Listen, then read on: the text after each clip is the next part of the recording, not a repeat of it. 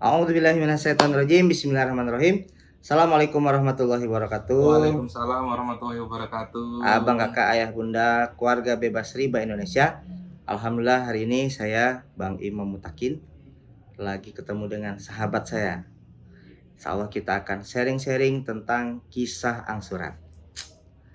Assalamualaikum Mas Tarto.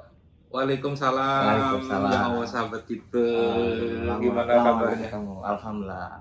Sehat ya Mas ya? Alhamdulillah sehat. Terima kasih. Assalamualaikum sobat semuanya. Alhamdulillah. Salam kenal. Saya Sutarto, lahir di Boyolali dan saat ini tinggal di Boyolali. Tinggal di Boyolali. Tinggalnya di Boyolali itu di Jawa Tengah. Kalau nggak pindah sekarang Boyolali itu masih Jawa Tengah, Pak. Masih Jawa Tengah. Masih. Alhamdulillah. Mas, Gimana? apa kegiatan hari ini? Mas? Hari ini alhamdulillah saya diamanai oleh Allah di beberapa divisi perusahaan.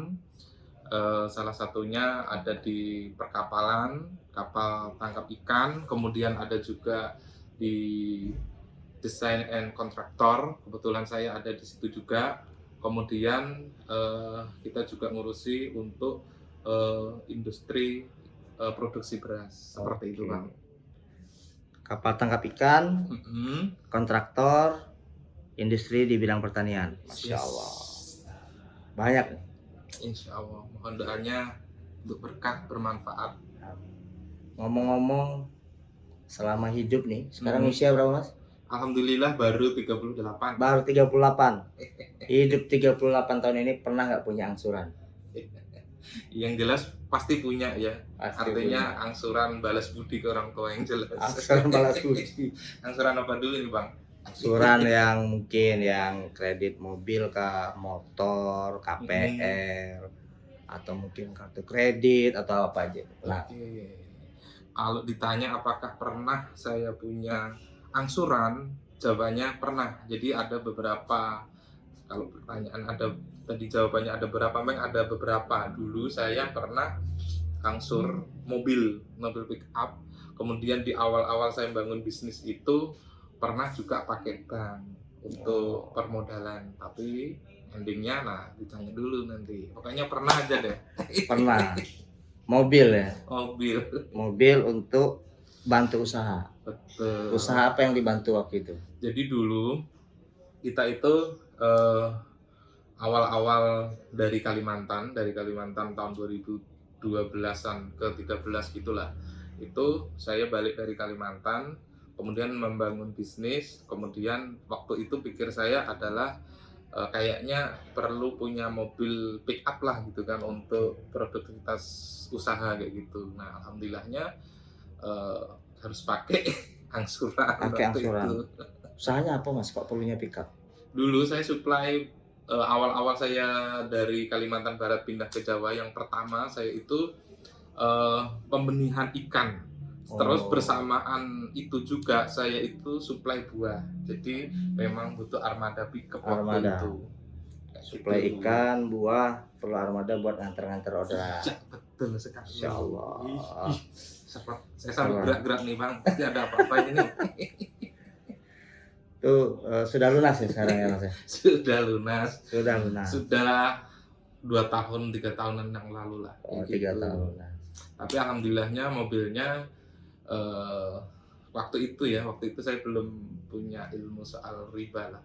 Pikir kita ya seperti itu masih ndak ini gitu kan. Tapi rupanya setelah dalam perjalanan ini saya baru tahu, akhirnya alhamdulillah belajar kecil tadi itu ngangsur mobil kayaknya sudah ndak mau lagi saya.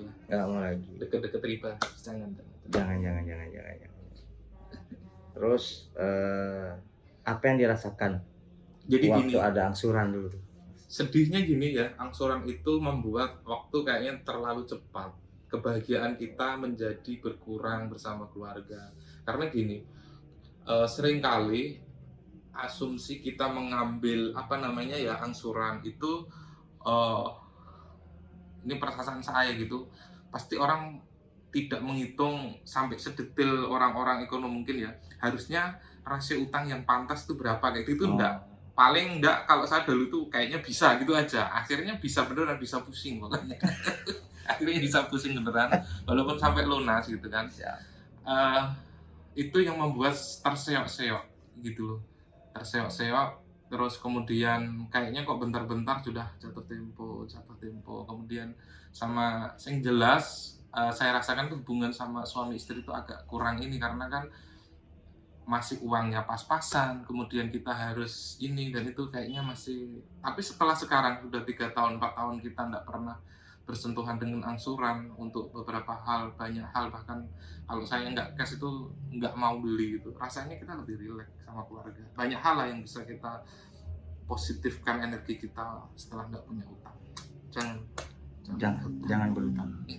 Waktu berjalan begitu cepat, Masya Allah. Kayak gitu. Jadi 1 bulan itu rasanya kayak Ya cepat banget, ya, 3 hari 4 hari kok udah lagi sibuk. Baru jalan berapa hari kok tiba-tiba ada angsuran lagi gitu ya. Kayak gitu. Itu kan ada orang yang kadang-kadang ngambil angsuran itu memang kebutuhan pinjam-pinjam gitu. Itu kadang-kadang ada juga yang lagi tren itu kan kadang nggak produktif.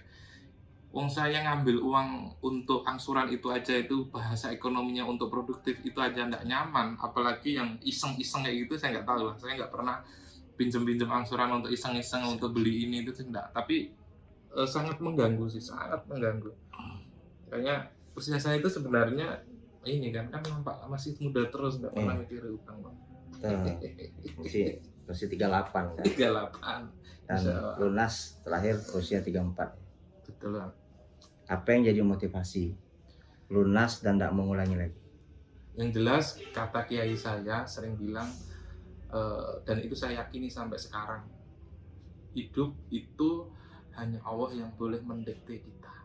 Ketika Allah sudah memerintahkan boleh, tidak boleh, ya itulah yang harus kita ikuti. Jadi bukan standarnya adalah lifestyle, apa kata orang, apa kata teman dan sebagainya, enggak. Kata Allah, kalau bisa memang jangan, ya jangan. Memang perintahnya kan haram, udah itu aja. Jadi nggak usah yang lain-lain. Jadi itu motivasi saya. Jadi kalau hidup saya itu pengennya hanya Allah yang menyetir. Ketika saya harus menjauh riba, ya memang Allah yang merintah. Gitu bang. Jadi steppingnya gimana sampai bisa lunas? Jadi yang jelas sih saya ya steppingnya dari gini. Alhamdulillahnya bisnis itu juga nggak tahan gitu kan, nggak tahan sampai angsuran itu selesai, gitu nggak selesai. Maksud saya nggak selesai itu bukan kita nggak bayar, tetapi bisnis yang tadinya kita untuk suplai buah ini kan sudah habis bisnisnya, tapi angsuran itu masih ada. Nah waktu itu saya berniat kuat dalam hati saya waktu itu, karena kan sudah ada pemahaman tentang riba. Akhirnya ya Allah, saya pengen cepat menyelesaikan ini, bagaimanapun juga utang harus saya bayar, mudah-mudahan ini cukup sekali saja, saya tidak pernah mau nyoba-nyoba lagi kayak gitu. Kemudian tetap kita minta pertolongan sama Allah, bagaimanapun juga kita tetap harus meminta, mudah-mudahan dikasih cara yang terbaik untuk menyelesaikan hutang-hutang kita melalui cara-cara yang terbaik, jauh dari hal-hal yang memang dilarang sama Allah. Kayak gitu sederhananya. Tapi nanti memang kelihatannya sederhana, kelihatan memang butuh keyakinan, kita harus pokoknya enggak lagi deh gitu, karena godaannya pasti banyak nanti. Kayak gitu.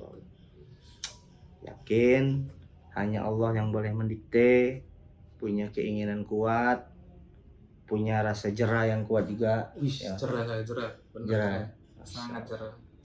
Ada pesan-pesan mungkin buat abang kakak ayah bunda sekalian yang insya Allah akan jadi keluarga bebas riba Indonesia? Pesannya, jangan sekali-kali nyentuh riba lagi.